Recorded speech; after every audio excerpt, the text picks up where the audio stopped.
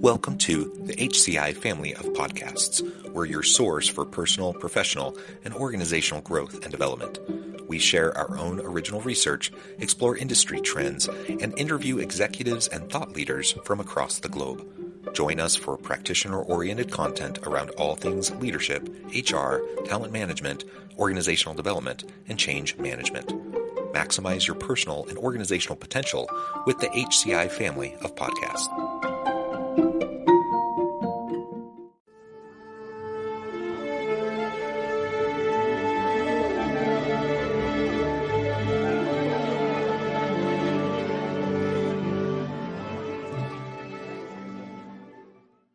Tracey Watts Cirino, welcome to the conversation today.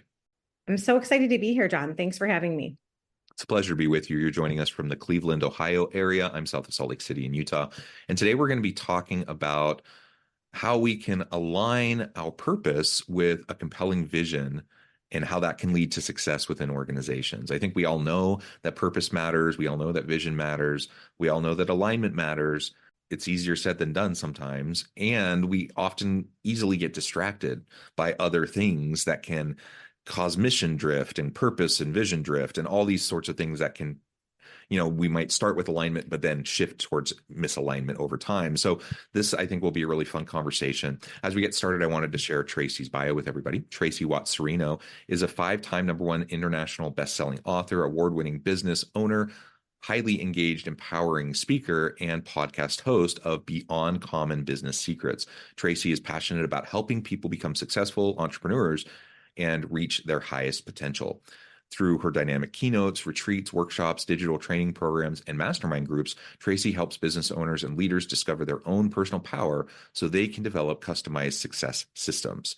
I could go on, Tracey, but I'm going to pause there. Anything else you would like to highlight by way of your background or personal context before we dive on into the conversation? I just was going to say, wow, thank you. It's just so funny when someone else is like reading your bio. Like, I'm like, oh, that she sounds great. I want to meet her. It's just so hilarious. Like, because you never see yourself that way. So thank you for of course. welcoming me. It's just funny that way. I always feel that. And I think the same thing happens on my show when I'm, reading someone else's intro.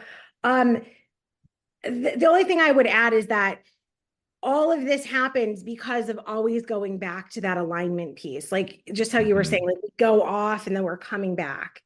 So there are so many times that when things were going really wrong, it's like, what's wrong? And you forget, like you just go unconscious for a little bit, like the awareness is missing. And then we're always having to bring that back. I think the number one thing that I suffered from early on in my first few businesses is not trusting my leadership voice, like thinking I had to, there was this new business book that said, you have to do it this way. And it was continuously causing me to think I had to fix something within myself. And that does not portray the leadership confidence that at the time my team really needed. So I think it's one of those things that when we understand that it is a process and we're all learning and growing and it's never going to be perfect, you kind of have to just like give yourself that space to be vulnerable and say, hey, I don't have it all figured out. We're kind of doing this together. I have a vision. I have a compelling vision. And I know what type of impact I want to make in the world. And it's like, whoever aligns with that, let's go along for the ride. Yeah. I think that's a challenging thing that a lot of people face, right? Because there's a lot of imposter syndrome when you're in leadership roles because there's a lot of weight on you, a lot of people relying on you, and you want to convey confidence. And so sometimes you feel like you're faking it till you make it, or you're trying to portray, yourself in an overly confident way more than you actually are. So there's that dynamic that's constantly happening, mixed with just I think any good leader is constantly trying to learn, grow, and develop themselves. And so, like you said, like reading new books, talking to people, getting coaching and mentoring and those sorts of things, all of that happens. And so on the one hand, you got to stay true to yourself and trust in yourself and be confident to your leadership voice, like you said, while also, balancing that with the imposter syndrome you're feeling, with the coaching you're receiving, to the other outside influences that are, in your head around what you could or should be doing. That's not an easy thing to balance sometimes, I think. No, you're absolutely right. Um, Recently in my company, we've been working on this a lot. We have a newer program that's called the CEO Power Code, and Mm, really, really dive in to that inner voice when you really align it with your true purpose, not what everyone expects you to show up as in the world, yeah. not what you've been told you were good at, not what even is going to be a great product. It's layers under that. When you are really in alignment with that sense of purpose, it does eliminate so much of the distraction because it's almost like the fact that you suffer imposter syndrome shows that you care. Yeah. If you meet a leader that has never suffered that, no offense, but they're probably a jerk. They're probably self-centered, egotistical, and God bless them, they'll figure it out someday. But the thing is that people sometimes throw that word around about imposter syndrome, and it's like it honestly is like that protection of letting you remember that you care and you're not in this alone. It's about serving.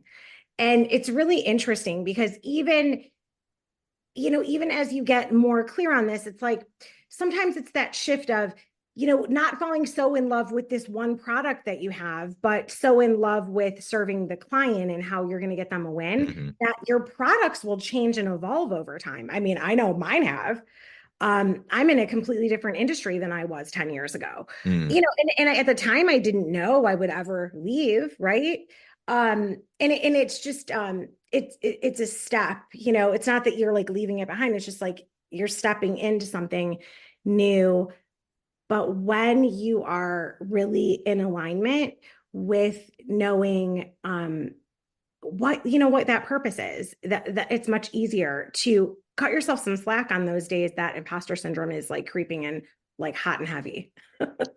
yeah, yeah, I agree. We've all known leaders who never seem to have any level of self-doubt, which I don't think is healthy. That just means there's a lot of ego and arrogance involved. And we need to have intellectual humility to be effective leaders. Like we have to constantly be self-reflecting and asking ourselves, how things are going and if we're doing things well and what we can do to improve. And if we feel like we're always kind of doing things right, that's a problem. One time, this was a couple years ago, but I was at a panel. I was an attendee at a panel, and there was a group of executives, and the topic had moved towards like ethical leadership and ethical dilemmas in leadership. And one of the CEOs was asked for an example of a time they faced an ethical dilemma and how they responded to it. And the leader responded, "I've never faced an ethical dilemma in my life." And I was blown away. I I mean, just had a mini heart attack talk over about a here. red flag. Yeah. As soon as that was said, I'm like, oh my goodness, this person is fairly clueless. So to your point, like, yeah, we need to have a certain level of like humility in our leadership. Otherwise, we are not going to be effective. And there needs to be authenticity in that humility, and people will appreciate the vulnerability that we show through that humility. Couple that with we have confidence in what we're trying to do and what our vision is, but also recognizing, yeah, we don't have all the answers. I don't know, like we're building the plane while we're flying it. I don't know how to do this, but let's come together to do this together. And you bring people along with you. That's compelling, and that's what people want to be a part of. Yeah. Um, that that's one of those things too. Like if you are facing a situation, even if you're serving on a board, volunteer thing, in addition, where you come across somebody that had that would answer that way on the panel about an ethical dilemma, it's kind of like refreshing too. Like it's like an experiment where you're like, oh wow, okay, sometimes you learn what not to do, and that's actually the best Right. thing for you to do in business. I always say that sometimes the worst leaders I ever had or situations were actually my biggest teachers of, okay, well, Sure. if I just do the opposite of that, like there might be success. So sometimes it is just like that strong contrast makes you realize, wow, you know what? I really am doing a good job because I don't have it right every day, but my people trust me and they know they can come to me. And at the end of the day, they respect me enough to do, what is the best thing for us right now. But not just be yes people, because I don't think we can really grow and elevate as a company if our leader is stuck in like tunnel vision of this is the way we Mhm. do it here and it's only done this way. Like you're only going to grow as big as your leader is comfortable growing and developing. It's just like they Yeah. put a lid on the whole thing. Yeah. Well, it's interesting. So we've talked about alignment. So hopefully we Yeah. have a compelling purpose and a compelling vision. We're communicating that well. We understand it. We communicate it well to our people. We surround ourselves with people who are aligned with that compelling purpose and vision. You just highlighted though, again, another tension is that we want alignment, but rigidity is not the answer to alignment, right? And so sometimes that's the response that people have when they start to see misalignment happening, they start to see drift of some sort, that they kind of double down towards kind of this really rigid approach, which all that does is stifle. It stops growth. So I'm wondering, we've kind of hinted around this, but this alignment issue can be challenging. How do we go about finding alignment and maintaining and sustaining alignment without falling into the trap of like dogma, rigidity, and some of those things that are going to hurt us in the long run? I often look at this like there's like two sort of life dances. Like you look at like in yoga where you have to have resistance and fluidity, right? Or Hmm. a beautiful dance. There's steps, but you need to be having fun while you do it. You can even look at some of the athletes that just were in the Super Bowl, right? Like they have that exact confidence in what they're doing, but sometimes it's off. The Yeah. thing is that you set out with that mission, but then you almost surrender to it. So you leave this space for a little bit of curiosity to take flight. And I think that's how every company gets its true momentum, right? Because when we're just like, and you were saying this stuff about being really rigid. Like I had went the whole opposite way at one point, first had no mission vision. And it felt like one of my mentors, Jack Canfield always says, don't secure your ladder to the wrong building. And I'm like, oh, Mm, been there, done that. And it was like, mm, okay, you get to that top of the mountain where you're like, okay, I've achieved all these awards, I did all these things. And I still felt like I didn't feel good. Is this it? Is this yeah. really all there is? It was because I forgot to put myself into the picture. I wasn't true to my own sense of purpose of what I wanted. And this is something that it's not set it and forget it. This is an area where I think you need to be working with a trusted advisor, like have somebody in that role on your team, or this is when you do need to reach out and get a coach and a consultant, somebody that is willing to have this difficult conversation with you, that they'll ask you the question repeatedly, like, what do you really want? Like, that's one of the ways that I get people there. And to the point that you're so annoyed with me that you've answered it 15 times that you like, I almost make you so angry you want to hit me. And then the truth actually comes out in that moment. So you have to hire or employ, you have to employ these people on your team, or you have to get outside resources of people that are hired to be those people, like myself, like you, that we're allowed to go in the no-fly zone because we're there with a purpose to help you next level, both yourself and your business. I don't think you walk into every room and just give away that sort of power. Mm. You want to walk in confident, but if you do the work in private, it shows up with absolute confidence in public. Yeah, yeah, absolutely. So again, we've highlighted some of these tensions. It sounds straightforward and easy. Everyone knows we should have alignment, we should have purpose, we should have vision. But sometimes living that, uh, we can have missteps and we can get out of alignment pretty easy.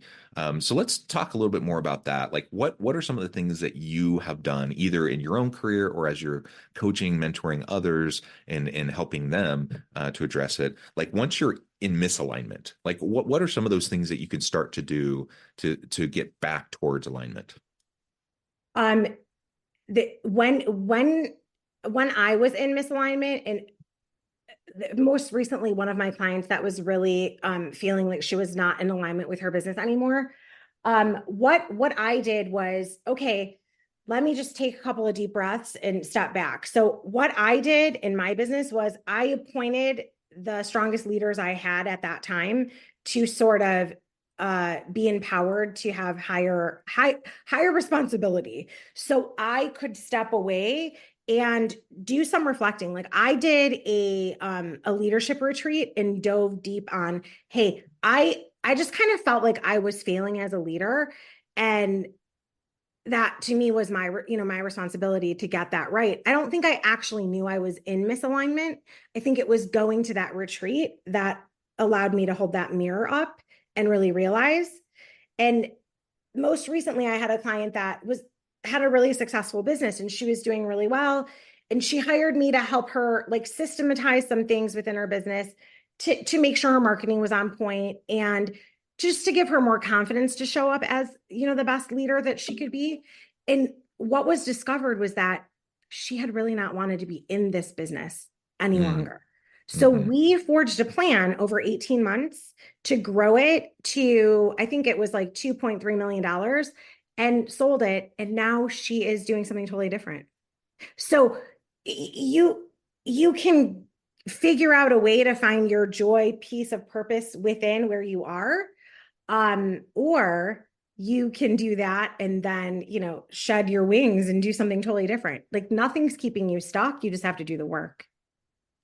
Yeah, and it can take courage to do that work, because again, Yeah. it takes vulnerability, it takes humility, especially for someone who's a type A, high achieving, someone who's used to having success, to be able to like acknowledge that maybe things aren't going the way they really should, despite whatever success you may be having. You might be getting Right. accolades, you might be winning awards.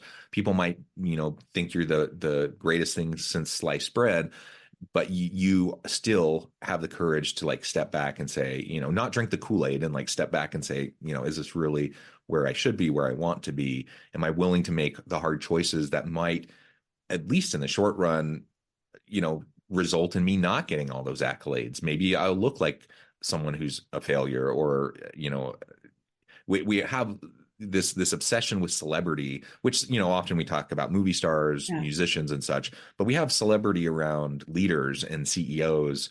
And so I think a lot of that obsession with celebrity also can cross over, and people who are high profile leaders and organizations can feel many of those same things, and feel like, Yeah. well, I've had all the success up to this point, but if I do this, it's going to signal that maybe I'm not so sure about what I'm doing, or that I'm admitting failure or whatever. And all of that can be really hard to do. Absolutely. That is, I think, some of the hardest stuff that I've personally had to go through. And I also think that those are the moments that have built the most courage. You know what I mean? It's like, Hmm. okay, you just have to be honest with yourself that if something feels off, like you don't have to have like you just know, like, well, when you're taking the time to reflect on, hey, did it feel good to have this award? Did it feel good? Or was it more fun when you were like in the trenches struggling, and Right. for some reason none of the clients got your emails and nobody showed up at the event you threw? I mean, there's a million things, right? Was that more fun figuring out a way to like get the room filled with clients that day? Who knows, whatever it is. But the thing is that you have to like sort of put some type of, I think, like ritual in place. Mm. A lot of things that are good to start with are just like having a morning routine that you get clear on what your like 3 to 5 goals are for the day, right? Hmm. And then at the end of the day, having an evening routine like, oh, this happened. Did it feel good? Okay, well, maybe I didn't like how I showed up. I snapped at her. And that Hmm. was not the energy I wanted to be on. I was actually hungry, a little hangry. And okay, so tomorrow I'm going to eat a meal that has more protein before I work that many. So there's many things that allow you to be a better human and then be a better leader, right? It affects every part of our life, not just the job, the title, the celebrity of I'm own this, I'm the CEO. it also makes you just a kinder human. Oh, I'm really sorry I snapped at you, Sally. What I really meant to say is I'm so hungry. Are you hungry?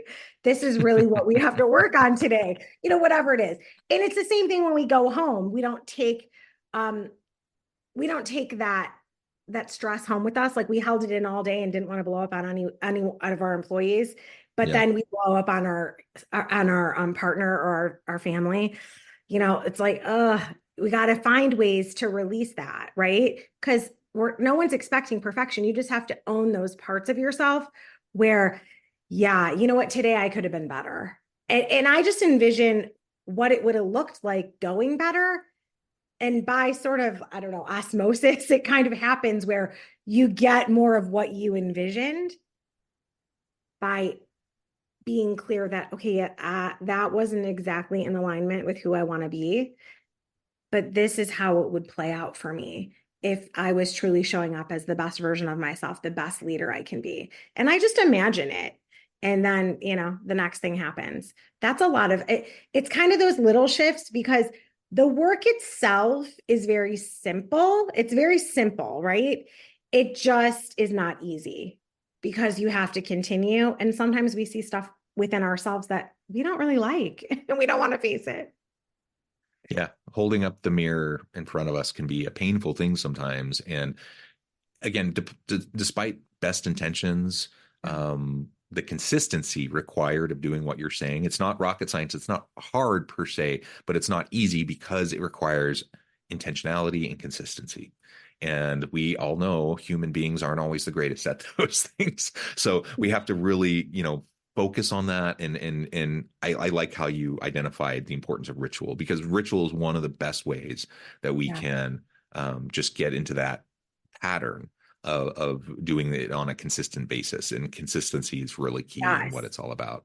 That one of the best ways that I suggest for almost all of my clients when we're getting started is pair it with something you already love. Like if you do coffee or tea, okay, that's the time. Enjoy that beautiful sip of tea. That's the moment you're writing down your goal because you're doing that anyway, right? And most of us are brushing our teeth at night. I mean, I hope you are. That's the time to sort of do the evening review. Like think it through. You don't have to write it down unless you make time and you want to, but you can attach it to stuff you're already doing. Then it just makes it easier. Yeah, absolutely. Well, Tracey, this has just been a great conversation. I know at the time I need to let you go here in just a minute. Of course, Before we yeah. wrap things up for today, I just wanted to give you a chance to share with the audience how they can connect with you, find out more about your work, your team, and then give us a final word on the topic for today. So I am Tracey, Tracey. My dad said Tracy was always spelled with an E. That was just what he always said. So I'm Tracey Watts Cirino everywhere. And I have a little gift I have a gift for you guys. And that is at beyondcommoncoaching.com/strategies. It's just a really amazing checklist of how you can put some of this like time-saving strategies into place that are also that self-love and nourishing. It always leads back to us being in alignment with the purpose. So I have a gift for you that you can share with the audience. And the thing is that the biggest takeaway with the purpose piece is we don't have to make it heavy. It needs to be fun. Like John, I so loved and enjoyed having this conversation with you. It was very fun. We're talking about purpose and things but we don't have to take it very serious. I think when we can put that fun and curiosity into it, and hey, if you have one purpose today and it evolves and changes, it's okay. I think that heaviness of, oh, I have to get purpose right is actually where we kind of fall down. So I think if you can just kind of have fun with it and let it evolve into whatever it needs to be, but it needs to be taken into account before you just start running around doing a million things, because that will Mm-hmm. burn you out. Yeah. Yeah, for sure. Tracey, thank you so much. It's been a pleasure. I encourage the audience to reach out, get connected, find out more about what Tracey can do for you. And as always, I hope everyone can stay healthy and safe. They can find meaning and purpose at work each and every day. And I hope you all have a great week.